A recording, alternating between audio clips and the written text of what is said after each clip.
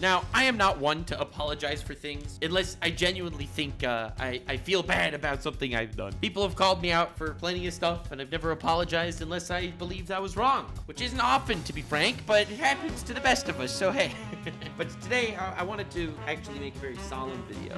I actually do want to apologize to PewDiePie, if that's even his real name, because a lot of people are aware that he was canceled on Twitter over the last week, but a lot of people don't know how that started, and the truth is, it was sort of me. So, yeah, this is gonna be awkward because I am a big fan of PewDiePie, but I do feel the need to apologize. This is so sad. I've become so good at getting canceled on Twitter. I accidentally get people I respect canceled on Twitter. SMH. This is the secret story that you haven't heard before, and I will also be laughing at toxicity in this video. And honestly, I think the best way to start off is just by getting you guys updated on what the hell is going on. And it all started a few days ago when PewDiePie came back from break. And as a meme, he was like, wait a second, you have all these people that are doing really well, even though they didn't do a face reveal. Dream is doing well without a face reveal. Corpse is doing well without a face reveal. It's time for PewDiePie to jump on the trend and do the face unreveal. Yeah, PewDiePie really needs to jump on the trend to make money. This poor dude's barely living off scraps of society. Honestly, this is so sad. But he felt like doing that, and it was a funny meme. And because of all the hate he got on the first video, he was like, bruh, I have to do it again. And that's why I like PewDiePie, in a nutshell, okay? He lives to annoy the people, and I respect that mentality to a tremendous degree. PewDiePie is also an advocate of gender equality. He would slap a woman. Anyway, not more on, the apology side and not trying to cancel him further. He ended up using a Vtuber avatar for one of his videos for his DNA test video, and I commented on that video, VTubers rise up, and I got like 40,000 likes, and people were taking screenshots of that and sending it to me on Twitter saying VTubers rise up, and all of a sudden something started trending. Hashtag VTuber uprising. So that actually started trending because of me. And it was only later when the actual Twitter armies of mediocrity came to battle against PewDiePie and canceled him because they didn't want to accept him in the VTuber community. So the VTuber uprising hashtag, which originally originated from me, ended up becoming the hashtag for canceling PewDiePie again.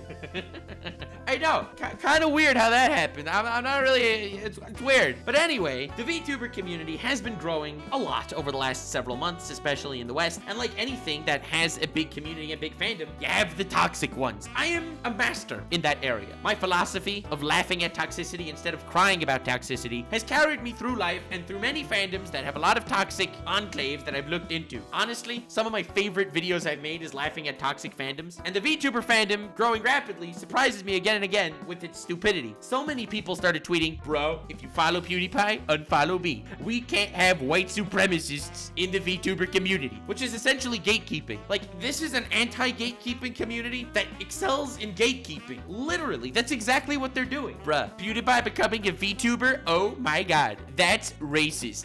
Racist too. Racist! Shut up! Don't ask questions with logic! Logic will not stand before us and our Twitter armies. And that's kind of like how I felt like we were going up against. So, the hashtag VTuber uprising thing kind of went out of hand. And I need to apologize to head PewDiePie, who you should definitely subscribe to before Cocomelon catches up. Because I accidentally got PewDiePie canceled on Twitter. This video isn't even clickbait, damn it. Dude, the Wall Street crap that was going on, how Redditors were manipulating the market, I like manipulating that shiz too, okay? Not just the market, the trendings, the different scores on different websites of different shows that I view bomb and essentially rig.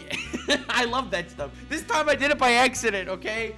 It was an accident. I didn't mean to get PewDiePie canceled, but I do respect that he continued going on with the trend of using the VTuber avatars, even though honestly, they're crap. He has like the worst VTuber avatar on the whole platform, but I mean, respect to him for laughing at the toxicity instead of submitting to it, because the laugh at toxicity mentality is extremely powerful, okay? The toxicity is gonna exist, whether you laugh about it or whether you cry about it. So instead of crying, just laugh about it. Have a good time looking at people being stupid. PewDiePie's an interesting case, okay? Because the media likes to paint him as the super villain of society, when in actuality, he's a genuinely good guy. And this dichotomy makes every discussion revolving around him painful. Painful. There was another YouTuber that was following me at a point, and he unfollowed me after I tweeted how when PewDiePie got robbed, PewDiePie didn't deserve to get robbed, and people that are celebrating about it because he said some messed up shiz in the past are assholes. And this dude unfollowed me saying, how can I support white supremacy or something? And obviously, you know, I had to answer with facts and logic saying, but I am a white supremacist.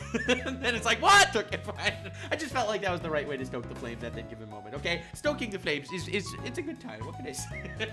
Dude, the amount of people that say that because my avatar has very pale skin, I'm a white supremacist, it's actually mind-boggling what people will believe. I was watching a YouTube video that I really liked the other day, so I clicked on to go to her Twitter and check her out, and I was blocked from the Twitter, and I never even spoke to her before. It is a messed up world we live in. But honestly, being that I wanted to talk about this, I wanted to apologize and take credit for getting him canceled, and I mean, because it's funny as hell, even though I would never want to do that, right? Like, I don't mind getting myself canceled, but getting people I respect canceled, that's like, it's too much, okay? It's just too far. Subscribe for me to get canceled in the future, and leave like if you promote the idea of beating the shit out of pedophiles. Yes, that's the right incentive. But I wanted to take a moment and say that as a VTuber, because I actually have a VTuber avatar now, so I actually have the ability to be called a VTuber, and I've been using it every once in a while, and I'm gonna be using it for streams and stuff. As a VTuber, I can say with a whole heart that there's a lot of toxicity in the VTuber community. This idea of not welcoming people in if they have slightly different beliefs is messed up. This idea of wanting it to stay small and cute and cozy so it can't change, that's messed up, okay? It's gatekeeping. It straight up is. And the worst thing is, if you ask someone, are you pro or against gatekeeping? They'll say, against gatekeeping. I hate gatekeeping. And then they literally turn around and start gatekeeping. Now, I understand the appeal of it, don't get me wrong. And I can see why you were frustrated if all of a sudden this niche thing that you like becomes mainstream. But frustrated or not, don't act like a complete asshole about it and try to ruin it for everybody else. That's not gonna make your nice cozy community cozier. The hypocrisy is tangible. And this isn't the first time the VTube community did this kind of thing, okay? If it was, I wouldn't have made this video because PewDiePie gets hate no matter what he does. It turned out that he was listening to certain artists on Spotify, and those artists tweeted that, oh, we do not condone PewDiePie, who is a white supremacist, to listen to our music. That is totally not okay. I mean, shut the hell up. He can listen to whatever the hell he wants. And he's not a white supremacist, damn it. This Twitter mentality is so messed up. But I wouldn't have made this video about the toxic VTuber community if this is the first time it would have happened, because then it might be a toxic anti-PewDiePie faction. Not that the VTuber community in itself is toxic, but as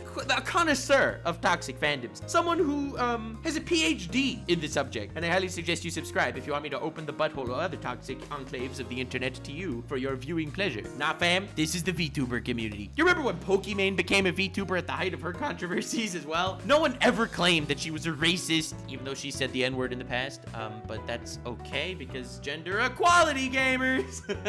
She didn't know what it meant. Right. But anyway, that's not even why she was in the middle of a controversy. She had a controversy if she had a boyfriend or something. Whatever the hell it was about, it was stupid. It was like this anti-simp rebellion. And when she got a VTuber model because she wanted to try something new, everyone started pooping themselves. VTubers, for the most part, very friendly people, okay? I love the VTuber community, like the actual VTubers. But the fans, goddamn, you got some really messed up bastards around there. Goddamn. They say that simps are vicious, and this is definitely proof of that being accurate. Not that I'm calling you guys simps, of course, but if you would simp for me, I mean, I wouldn't cry. But when Pokimane tried to join, everyone freaked out as well. It's not the idea that, oh, PewDiePie is a white supremacist, so we don't want those people, those edgelords, invading our fandom, says the person who's probably never watched a PewDiePie video before in their life. No.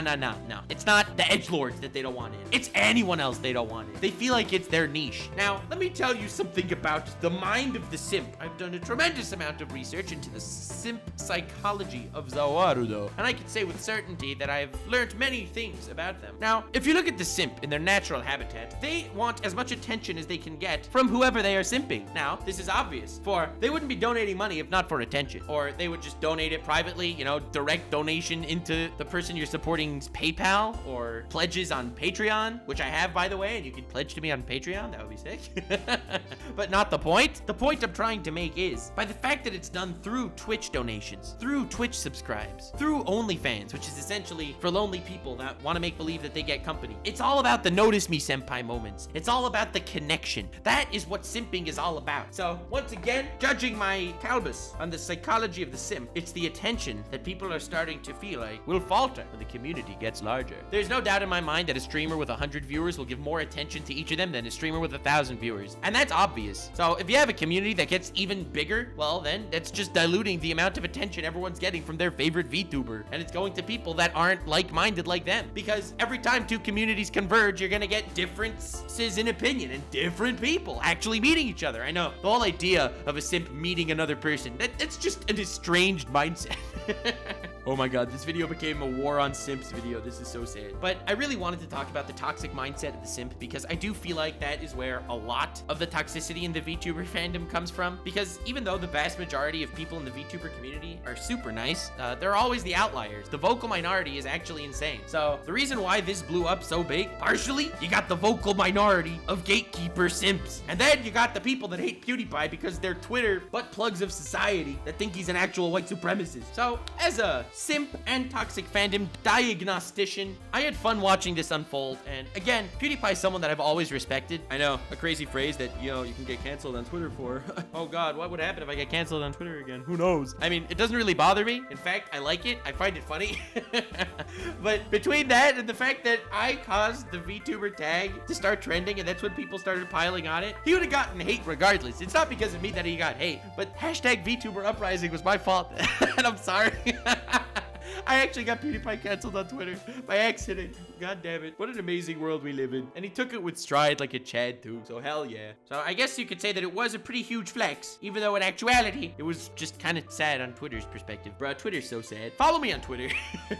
Best promotion that'll ever get. Please leave a like on this video if you enjoyed, and please counter the anti-PewDiePie nationalists that are going to dislike bomb this video, and also subscribe for future epic content, where I basically do whatever the hell I want, and one of the things I very much like doing is laughing at toxicity. So hell yeah, if you enjoyed that, this is the place for you. So once again, sumimasen, PewDiePie-san. Leave a like on this video if you did enjoy. Share it around. Hashtag VTuber uprising.